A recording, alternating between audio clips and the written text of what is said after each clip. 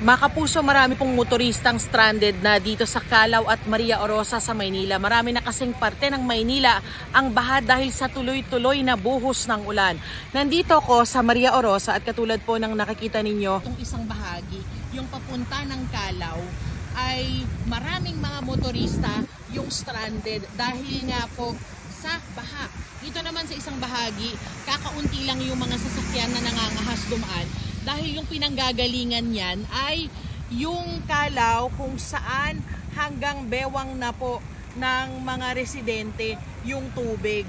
Kaya po yung ilang mga nandito na mga motorsiklo, pati na rin mga kotse, mga iba't ibang klase na ng sasakyan ay hindi po makadaan dahil nga po aabutin yung kanilang mga sasakyan. Meron kaming mga nakikita dito na mga motorsiklo at mga tricycle na tumitirik, tinutulak na lang ng mga nagmamaneho dahil nga po inaabot ng tubig.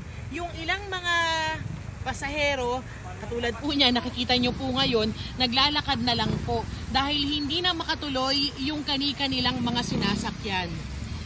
Kaya po kung kayo po ay papunta dito o dito dadaan, ito po yung maaabutan yung sitwasyon.